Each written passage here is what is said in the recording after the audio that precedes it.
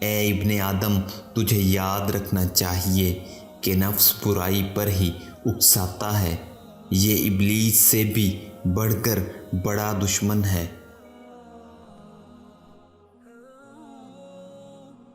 عورت کی معمولی غلطیوں کو درگزر کرتے رہو، جو برائی قائم رہے اس شے سے بہتر ہے جو قائم نہ رہے۔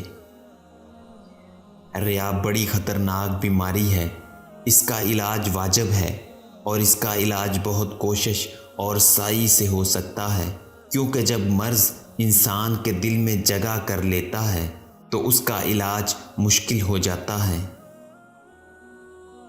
لعنت کرنا نہایت مذموم ہے، چاہے آدمی ہو یا کیڑا ہو یا جانور، ہر شے پر لعنت کرنا نہایت برا ہے۔ جو شخص شرع کی مخالفت سے خوش ہوتا ہے، اس کی ناخوشی کچھ اثر نہیں رکھتی۔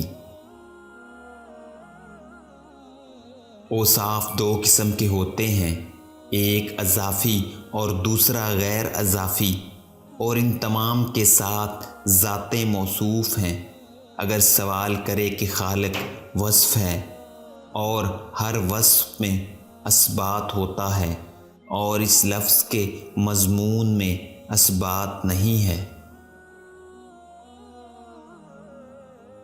دنیا کی مثال کھارے پانی کی سی ہے کہ جتنا پیتے جاؤ گے پیاس اتنی بڑھتی جائے گی۔ بھلا جو چیز ایک دن تم سے چھوٹ جانے والی ہے، اس میں مصروف ہونا اگر اپنے رنج کا سامان کرنا نہیں تو اور کیا ہے؟ فرزند ماں باپ کے پاس خدا تعالیٰ کی امانت ہے، اور اس کا دل ایک نفیس گوہر ہے جو موم کی مانند ہے، نقش کو قبول کر لیتا ہے اور اس پر کوئی نقش موجود نہیں ہے۔ اس کی مثال ایک پاک زمین کی ہے، جب تم اس میں بیج بوگے تو وہ اگے گا، پس تم اگر اس میں نیکی کا بیج بوگے تو اس سے دین و دنیا کی سعادت کا پھل حاصل ہوگا۔